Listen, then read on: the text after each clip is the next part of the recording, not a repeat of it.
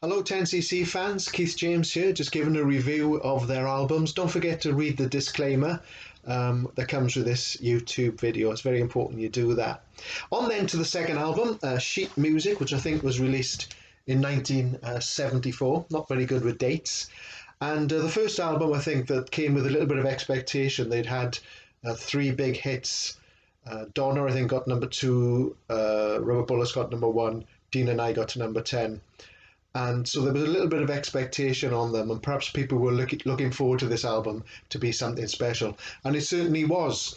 A lot of people would say, I think, that Sheet Music, they would say that they thought that Sheet Music was the best 10cc album. And certainly when people generally do reviews of the music, they generally do say that Sheet Music was their strongest album. And if they don't say Sheet Music, they'll probably say original soundtrack. It'll be one of those two from what you might call the classical lineup of the band, which was Lol Creme, Kevin Godley, Graham Gouldman, and Eric Stewart.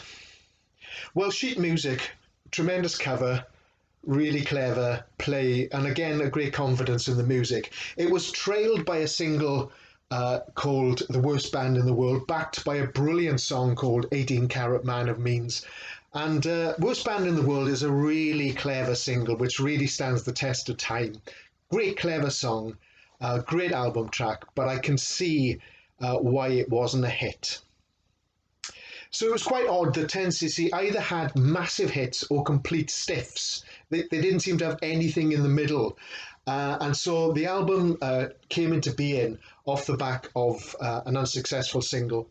Then Wall Street Shuffle was released, and that is an absolute brilliant song, sung by Eric with, if you listen to his backup vocals, you know, when the song builds, and the falsettos that he reaches are almost ethereal.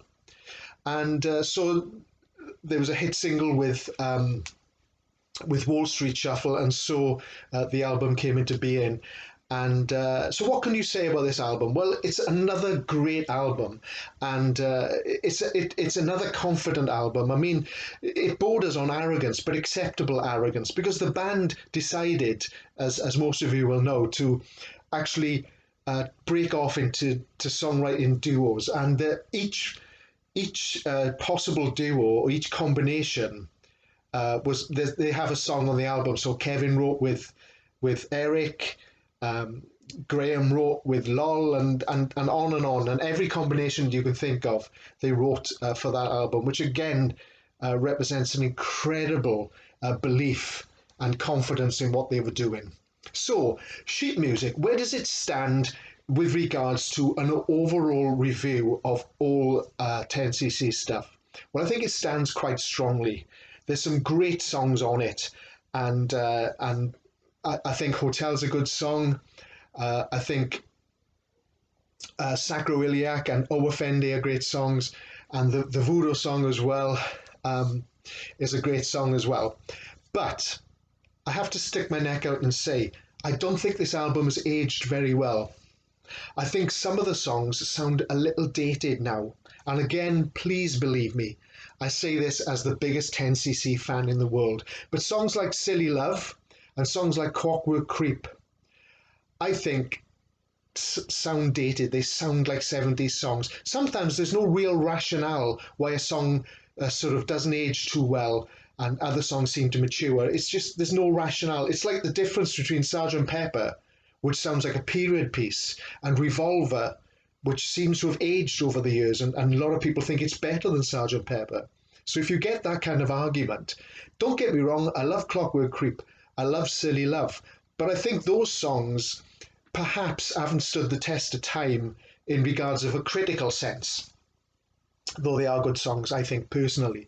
And I think the same with Old Wild Men and maybe Somewhere in Hollywood as well, which I don't think really, like I say, I like them as individual songs, but I'm not certain that they really stand the test of time. I think it was one of those albums where you had to be there, and certainly the good outweighs the bad on Sheet Music, and it's certainly a great album.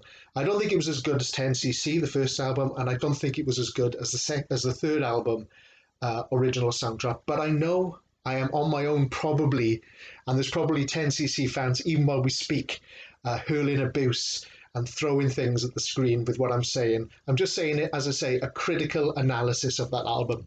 So let's have a track by track run by and marks out of 10 for the overall album. Wall Street Shuffle, fantastic song, very clever song, brilliantly sang, 9 out of 10. Worst band in the world, the main memory I have of this is that big honk at the beginning, ow, and my dog going absolutely berserk every time he heard that. Worst band in the world, I'll give 7. Hotel, I'll give 7.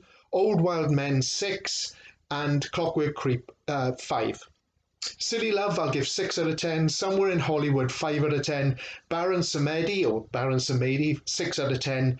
The Sacroiliac, 8 out of 10. And O Offende, 8 out of 10. And my overall marks for sheet music is 8 out of 10. Please don't throw things at me. Please don't shoot the messenger. I still think that album's a really good album, but this is a critical analysis from a fan who loves their music. Sheet music. Thank you.